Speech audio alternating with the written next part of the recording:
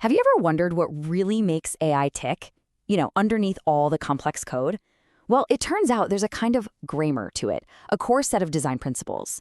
Today, we're going to be the architects. We're going to design an intelligent agent right from the ground up, using the exact same building blocks behind everything from your smart assistant to a self-driving car. So let's jump right in.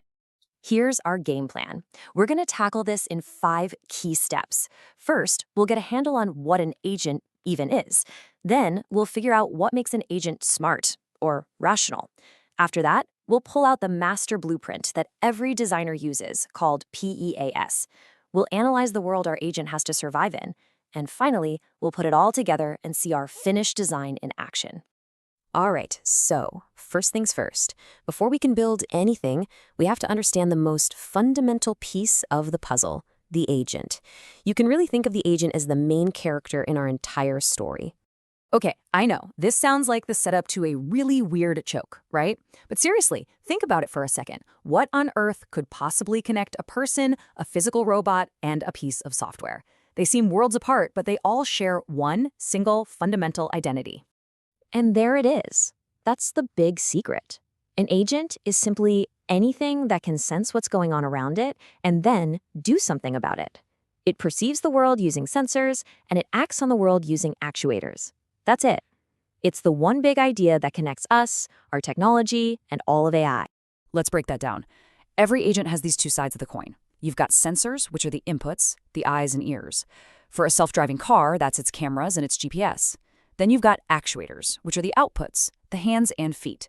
For that same car, it's the steering wheel and the brakes. For you, it's your eyes and your hands. It's the exact same principle. But here's where it gets really smart. An agent's decisions aren't just a knee-jerk reaction to what's happening this very second. No, its actions are based on everything it has ever seen or experienced. This whole history is called the Percept sequence, and you can basically think of it as the agent's memory or its life experience.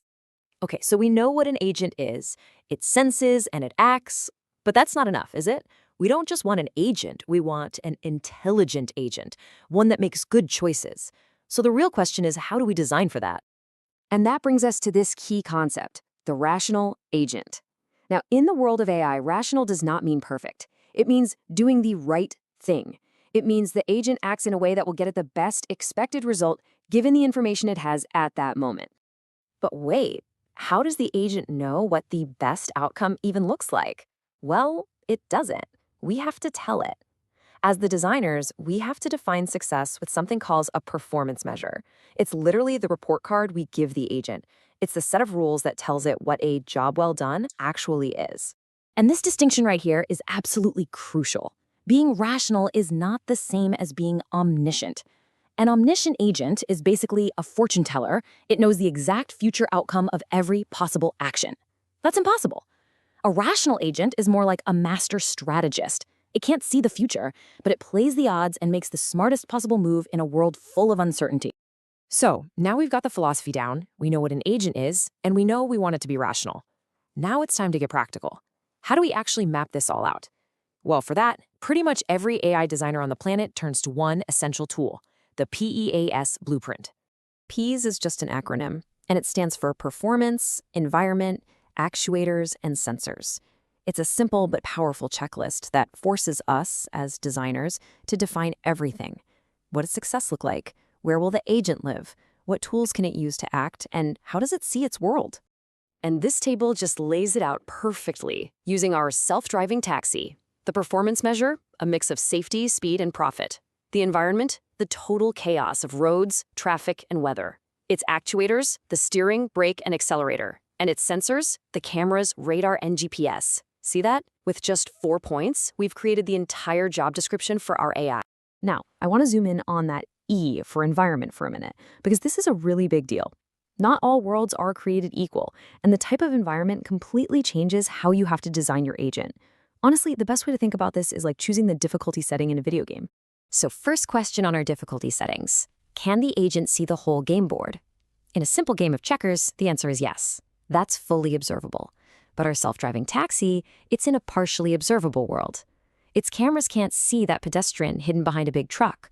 And that means the agent has to make educated guesses about the parts of the world it can't see, which is a massive challenge. Next up, Is this a one-shot deal, or is it a long game? Sorting photos is episodic. Each choice is totally independent, but driving is sequential. One wrong move right now could cause a huge problem 30 seconds down the road. This means our agent has to think ahead. It has to be a chess master, always thinking about how today's actions create tomorrow's reality. What about the pace of things? A crossword puzzle is static. It will just sit there and wait patiently for you to make a move. A busy intersection, on the other hand, is dynamic. The world is changing every millisecond, even while the agent is trying to decide what to do. This puts the agent in a constant race against time. It can't afford to overthink things. It needs a good enough decision, and it needs it now. And here's another one. Is the world predictable? In chess, when you move a piece, you know exactly where it will land. That's deterministic. But the real world is non-deterministic. Our taxi can hit the brakes, but what if the road is icy? The outcome is uncertain. So the agent can't just have a plan A. It needs a plan B, C, and D for when things inevitably go wrong. And finally, does the agent start out knowing the rules of the game? In a known environment, like chess, it's got the rule book from day one. But in an unknown environment, like a rover exploring a new planet, it has to figure out the laws of physics for itself. This means the agent has to be more than just a player.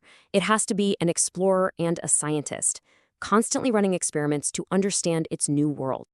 So let's take a step back. We've defined what an agent is, what makes it smart, how to write its job description, and how to classify the world it lives in. We have officially collected all the pieces we need to assemble our final design.